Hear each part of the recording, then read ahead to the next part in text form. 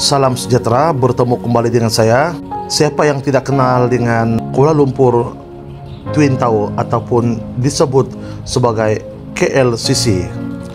Nah, ramai di antara kita yang mengetahui tentang kewujudan KLCC, saudara. Tetapi pada kali ini saya akan membawa Anda meneroka cabaran baru, melihat apakah cabaran dan detik-detik cemas ketika pembinaan menara berkembar Petronas KLCC. Baiklah, mari kita lanjutkan.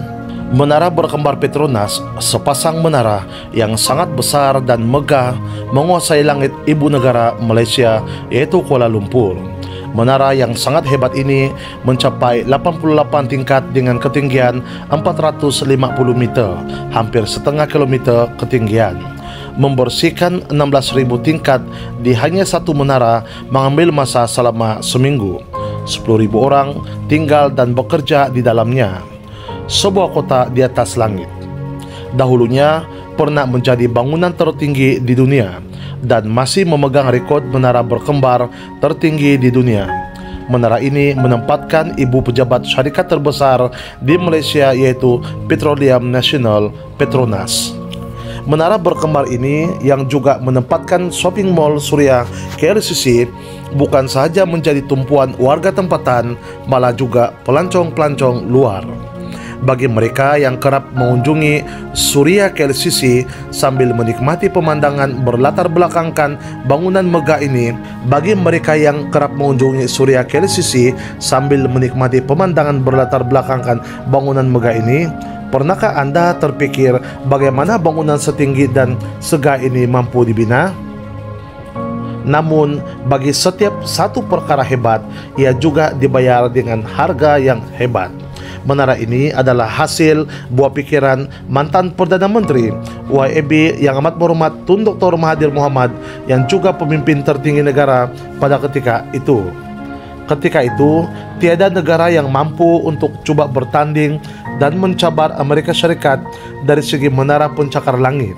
Beliau bercita-cita untuk meletakkan Malaysia di persada dunia yang ketika itu adalah negara yang paling kurang dikenali di antara 5 negara di Asia Tenggara. Pembinaan menara ini telah berjaya memberitahu dunia bahwa Malaysia ketika itu sudah mampu menjadi pesaing di kelompok depan negara berkembang. Bangunan agung melambangkan kuasa, kejayaan, dan kepimpinan teknikal. Pembinaan menara KLCC ini merupakan cabaran pembinaan yang luar biasa, di mana masalah yang mendatang tidak dijangka telah mengugut proyek mega itu. Mereka membinanya di pusat kawasan monsun. Tapak pembinaan bukan diperbuat daripada batu bata, tetapi mendapan yang tidak stabil. Menara itu bukan bergantung kepada keluli ringan, tetapi konkret. Proyek yang berisiko besar dengan jadwal yang penuh cita-cita. Menurut Tun Dr. Mahathir Mohamad berkata, daripada 5 negara Asia Tenggara, Malaysia merupakan negara yang paling kurang dikenali. Jadi, untuk memberitahu dunia bahwa kami di sini, kami perlukan sesuatu yang menakjubkan, dan saya rasa menara tinggi boleh memberikan jawaban itu, kata yang amat berhormat Tun Dr. Mahathir Mohamad. Namun, melakukan sesuatu yang di luar batasan bermakna mengambil risiko yang sangat besar. Satu simbol kebanggaan nasional boleh bertukar kepada penghinaan nasional. Pada tahun 1991, tapak Padang Lumba Kuda Kuala Lumpur telah diambil alih tanahnya dan akan digantikan dengan pencakar langit, lantas menukar wajah Kuala Lumpur di mata dunia. Namun, ada syaratnya. Tun Dr. Mahathir Mohamad mahukan ianya tinggi dan juga perlu mencirikan Malaysia. Ia bukan tugas yang mudah kerana bidang arkitek tradisional Malaysia amat kurang kemampuannya ketika itu. Jadi, Caesar Pelly, arkitek terkenal dunia dengan pengalaman hampir setengah abad, mereka bentuk pencakar langit, telah dipilih untuk mereka bentuk proyek ini.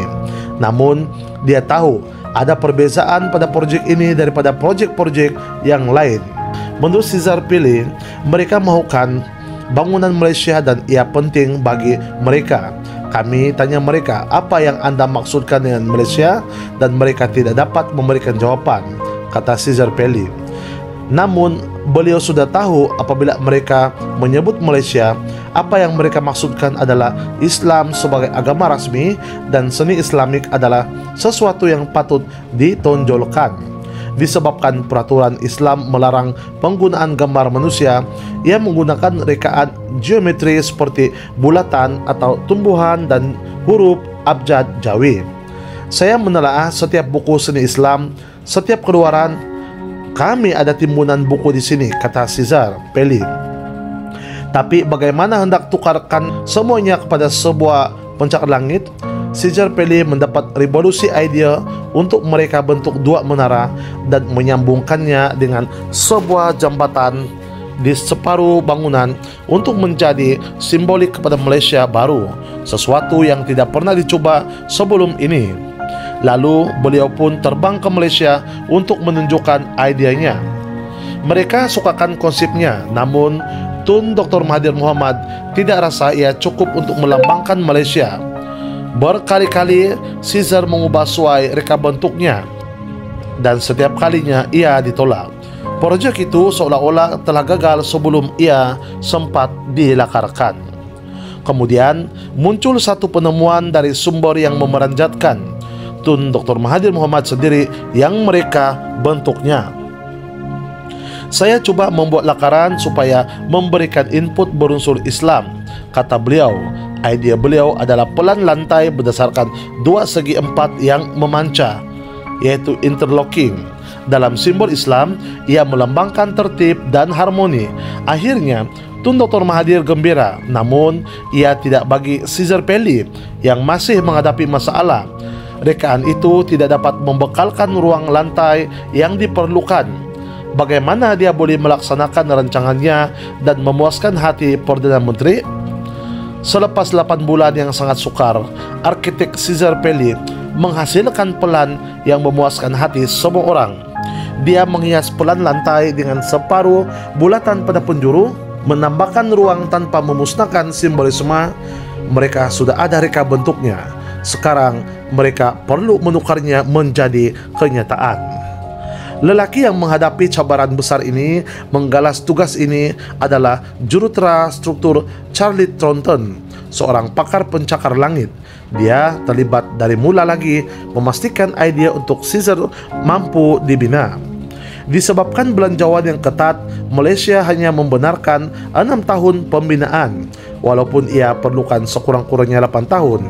Untuk menumpukan pikiran mereka, sehari selepas tarik akhir akan menyebabkan pembina rugi lebih daripada 700,000 USD, yaitu kira-kira 3,5 juta USD seminggu.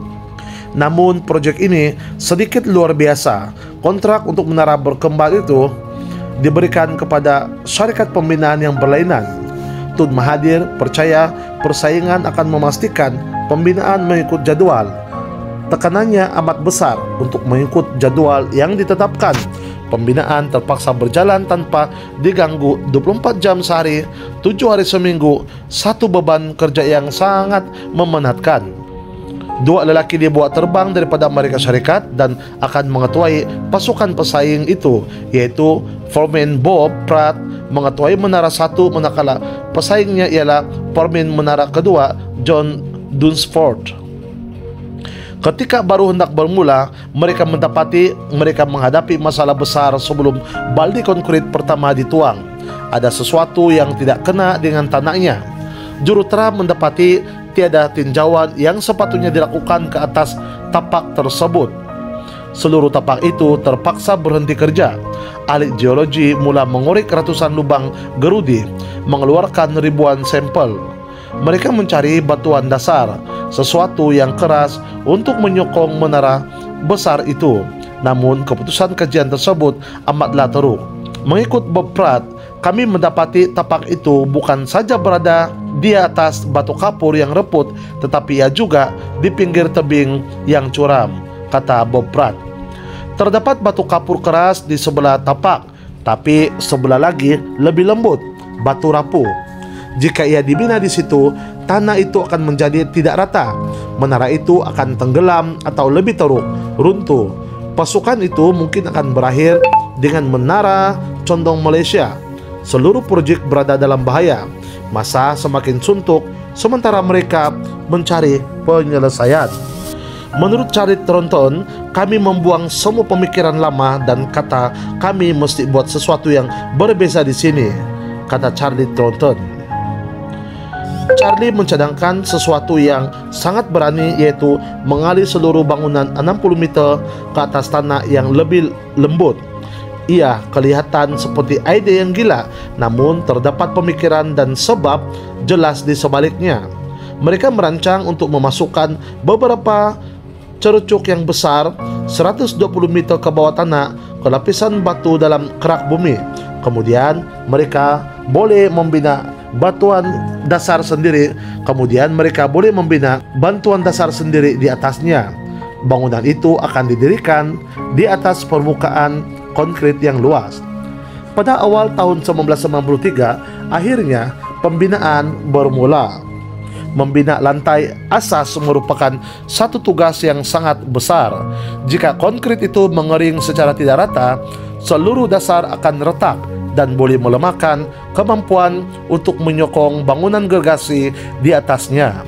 Jadi mereka terpaksa untuk menuang semuanya sekaligus, bermakna menuangkan konkrit selama 52 jam tanpa henti. Tiada siapa yang pernah menuang konkrit sebanyak ini dalam satu masa. Ia rekod dunia pertama yang dipecahkan oleh Menara Petronas. Satu truk penuh setiap 2,5 menit. Ia akan menjadi bidur konkrit yang terbesar dalam sejarah Malaysia. Logistiknya memeningkan dan ketuanya adalah Charlie Celia. Saya tidak pernah melakukan perkara seperti ini. Ia amat memeranjatkan kami sehingga ke tahap kecemasan, kata Charlie Celia. Untuk 5 jam pertama, semuanya berjalan dengan lancar. Malangnya kemudian hujan membasahi bumi Kuala Lumpur. Mereka menjangkakan hujan, tapi bukan hujan seperti ini. Ia adalah hujan tropika yang deras dan lebat. Konkrit akan menjadi terlalu basah. Nampaknya mereka akan terjatuh pada lompat pagar pertama. Halangan terkecil pada tingkat bawah akan bertukar menjadi masalah besar 450 meter ke atas. Jika mereka tidak melakukan sesuatu dengan cepat, asas itu akan musnah. Pasukan itu mendapat satu ide yang dramatik. Mereka menutup seluruh tapak itu dengan kain kanvas. Bersamaan dengan 56 kemah sarkas dengan bantuan payung terbesar di dunia, akhirnya asas dapat dibina dengan lancar dan selamat. Tahun 1954 telah pun tiba dan akhirnya kedua-dua pasukan menara boleh memulakan perlumbaan. Bob Pratt di Menara 1 mula membina terlebih dahulu sebulan lebih awal. Pembinaan di kedua-dua menara menghadapi masalah dari mula lagi. Jadwal menetapkan setiap satu tingkat perlu dibina dalam masa 4 hari, tetapi ketika itu ia mengambil masa 8 hari.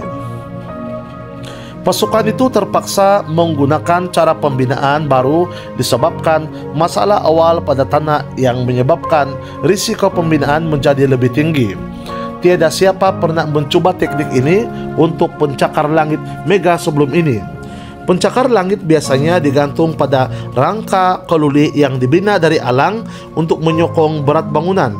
Ia amat kuat, tapi juga boleh dibengkokkan, sesuatu yang diperlukan oleh bangunan tinggi. Tetapi industri keluli Malaysia ketika itu tidak cukup besar dan mengimport akan memakan perbelanjaan yang banyak. Konkrit terpaksa digunakan. Ianya sesuatu yang tidak pernah dicoba pada skala sebesar ini. Sesuatu teknologi yang tidak pernah diuji. 16 tiang konkrit yang dihubungkan dengan alang. Ia terpaksa menyokong berat 270.000 tan, 7,5 kali lebih berat daripada kapal Titanic. Konkrit biasa akan runtuh akibat beratnya. Mereka perlukan pemula baru yang membolehkan konkrit yang boleh berfungsi sebagai keluli. Ia bukan saja perlu kuat, malah bagi bangunan yang tinggi, ia mesti ada tahap kelenturan. Mereka perlukan khidmat syarikat CTL, antara makmal pemeriksaan konkrit terbesar dunia. Menara Petronas perlu menampung tekanan setinggi 1.406 kg per cm persegi. Mereka menggunakan bahan asas yaitu batu kerikil, air, dan simen. Namun gagal. Ujian demi ujian dilakukan, masih tetapi gagal. Pada percobaan kali terakhir menghasilkan konkrit itu, mereka menggunakan bahan canggih yaitu silika yang mengurangkan gelembung udara dalam konkrit, dan usaha itu membuahkan hasil. Selesai masalah konkrit ini, mereka memulakan perlombaan mengejar massa. Membina setiap tingkat merupakan pengalaman yang menakutkan. Lebih daripada 2.000 pekerja bertahan konkrit dan peralatan berat bergerak dalam kelarasan sempurna. Ia merupakan proses yang kompleks. Membina tiang sokongan, letakkan lantai, bergerak ke paras berikutnya, dan ulangi proses itu. Siap satu tingkat, bagian luar pula dipasang pada kedudukannya. Seperti menyusun jigsaw puzzle 88 tingkat bangunan yang amat besar. Ia amat kompleks, namun semuanya nampak berjalan lancar. Kemudian sejumlah konkrit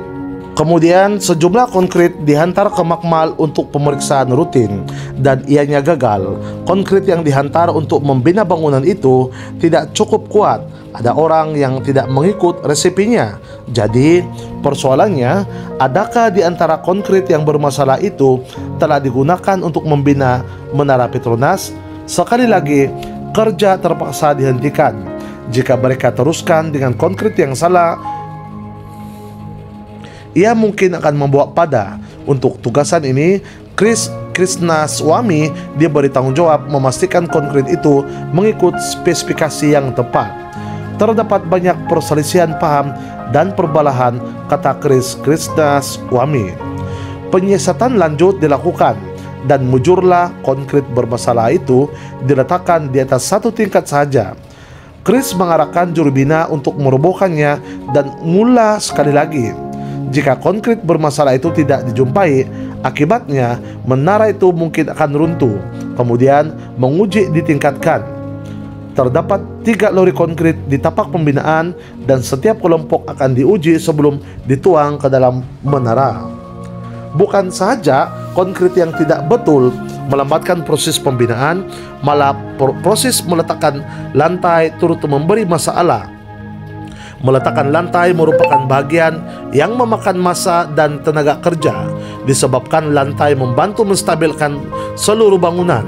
Mereka tidak dapat membina tingkat seterusnya jika tingkat sebelumnya belum siap di lantai. Pembinaan akhirnya kembali mengikut jadwal. Menara 1 Boprat sudah mencapai tingkat 64, manakala menara 2 di tingkat ke-60. Mereka berada pada ketinggian lebih 300 meter. Kepenatan dan tekanan membawa kepada kesilapan. Walaupun dengan langkah keselamatan yang tinggi, ia merupakan ketinggian yang menggerungkan. Antara pekerja dengan tanah di bawahnya hanyalah aram-aram, scaffolding, topi, dan tali keselamatan. Orang yang berpengalaman juga akan berasa takut. Pertengahan tahun 1995 tiba, hanya tinggal 18 bulan lagi.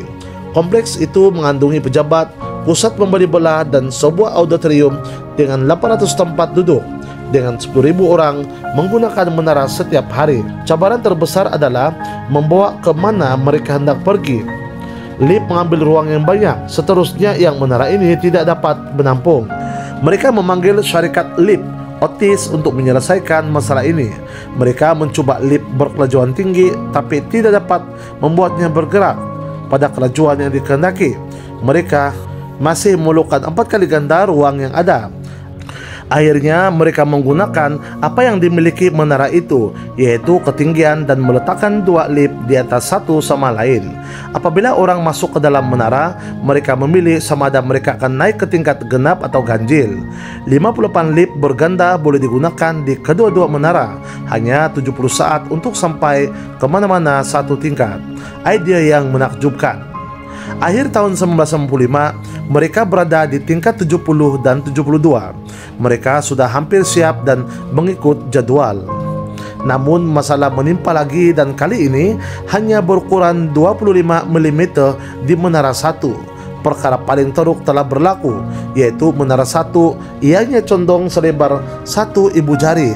jika menara 1 teruskan pembinaan dengan cara yang sama, ia akan menjadi bertambah buruk. Bob Pratt sudah mati akal. Cuaca juga tidak memihak kepadanya karena hujan pada waktu tengah hari hampir setiap hari. Namun mereka berhati-hati memperbetulkan pembinaan dan 16 tingkat seterusnya hanya condong sebanyak 2 mm. Idea pintar jembatan langit membolehkan orang dari satu menara boleh menyelamatkan diri mengikut menara yang satu lagi jika berlaku kecemasan. Ia mengurangkan keperluan tangga, namun ia merupakan suatu yang menakutkan bagi jurutera. Semua bangunan tinggi bergoyang apabila ditiup angin. Ia tidak bermasalah jika menara itu berdiri berasingan, tapi dengan jembatan dipasang di antara mereka, pergerakannya boleh mengundang bahaya. Mereka perlu memastikan bangunan itu bergoyang sedikit yang mungkin semasa ditiup angin. Terima kasih kepada konkrit yang berat membina menara ini. Ia telah memberikan berat kepada menara yang boleh mengurangkan gagaran. Idea untuk memasang gelas besar dipasang pada jembatan tersebut membenarkan jembatan itu bergerak secara bebas apabila ditiup angin dan juga akan mengekalkannya di tengah-tengah menara. Tanggung jawab untuk memasang jembatan tersebut diserahkan kepada Menara 2 Rob Dunsford. Tun Dr. Mahathir dan seluruh dunia menyaksikan jembatan itu diangkat dan dipasang pada menara. John mahukan jembatan itu dicantumkan terlebih dahulu sebelum diangkat ke atas. Ia diangkat menggunakan 16 jack hidraulik. 20 jam pertama, ia perlu naik setinggi 170 meter. Selepas setiap angkutan, cuma 30 cm setiap sekali. Kabelnya perlu diketatkan dan jacknya dipasang semula. Menurut John Dunsford, pagi itu semua orang datang termasuk media. Semua orang sudah bersedia untuk melihat jack pertama naik sebanyak 300 mm. Kami kru pembinaan sangat gembira, tapi semua orang bertanya bila awak nak bermula, kata John Dunsford. Dengan cuaca Kuala Lumpur yang panas, masalah timbul lagi. Langit menjadi gelap setiap hari apabila menjelang pukul 7 petang. Mereka dijadwalkan untuk tamat pada jam 8 malam. Hujan turun. Kilat sabung menyabung menyebabkan semua sistem kawalan tertutup. Setiap lampu terpadam. Jembatan itu dibiarkan tergantung di atas udara. Juru elektrik coba memperbaiki sistem itu dengan cepat dan akhirnya mereka sudah sedia. Ia sudah masuk ke hari kedua. Ketika mereka sudah bersedia, kilat menyebar sekali lagi. Cuaca tidak memihak pada jembatan langit menara itu. 3 kali kren disambar ketika mereka berjuang dan 3 kali juga lintar kawalan terputus. 20 jam yang menakutkan bertukar menjadi 36 jam yang menggerunkan. Kejayaan begitu hampir, namun terasa seperti mustahil digapai. Akhirnya cuaca menyerah kalah. Mereka berjaya mengangkat dan memasang jembatan itu pada ketinggian 170 meter. Akhirnya ada juga perkara yang berjalan lancar. Ia muat dengan sempurna. Mereka meraihkannya dengan meresmikan jembatan itu sebagai orang pertama yang merentas antara dua menara berkembar Petronas.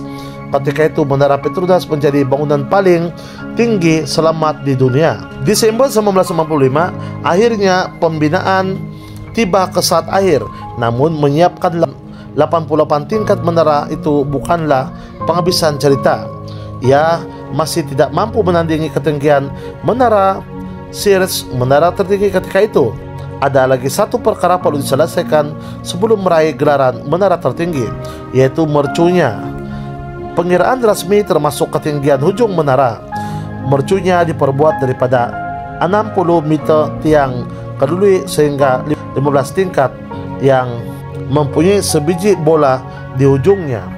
Kedua mercu dihasilkan di luar negara, yaitu satu daripada Jepun untuk menara 1 dan satu daripada Korea Selatan untuk menara 2. Untuk mencipta saat yang manis kepada orang awam, dua-dua mercu itu dirancang untuk dinaikkan bersama, Namun Menara 2 telah melakukan sesuatu secara rahasia untuk sampai ke atas dahulu. Mereka telah memasang seluruh mercu di dalam menara tanpa pengetahuan Menara 1. Akhirnya mercu dipasang di Menara kedua dan menjadikannya sebagai bangunan tertinggi di dunia. Bob, saya nak beritahu awak, sekarang pukul 3 pagi dan menara kami lebih tinggi dari Menara Sears dan ini adalah bangunan yang tertinggi di dunia. Jones Dunspot memberitahu Bob Pratt melalui telepon. Menara 1 menyambut penyiapan bagian luarnya seminggu kemudian. Mereka berjaya menyiapkan pembinaan dalam masa yang ditetapkan, yaitu 6 tahun dan berbaki beberapa hari. Ianya satu pencapaian yang sangat hebat dan membanggakan. Dengan serta-merta, Menara Petronas dan Malaysia menjadi terkenal di seluruh dunia. Dan sehingga kini, Menara berkembar Petronas telah menjadi kebanggaan dan simbol kepada negara Malaysia dan seluruh kawasannya. Demikian tadi saudara, perkongsian tentang cabaran dan detik-detik cemas ketika pembinaan Menara berkembar Petronas. Semoga ini akan menginspirasikan kita semua dan juga memberikan kekuatan bagi kita agar terus menjaga negara kita Malaysia. Berita tadi dipetik daripada Cabaran dan Detik Cemas ketika pembinaan Menara berkembar Petronas oleh K. Suhaimi bertarik 12 April 2017. Salam hormat, sampai berjumpa lagi di video yang akan datang.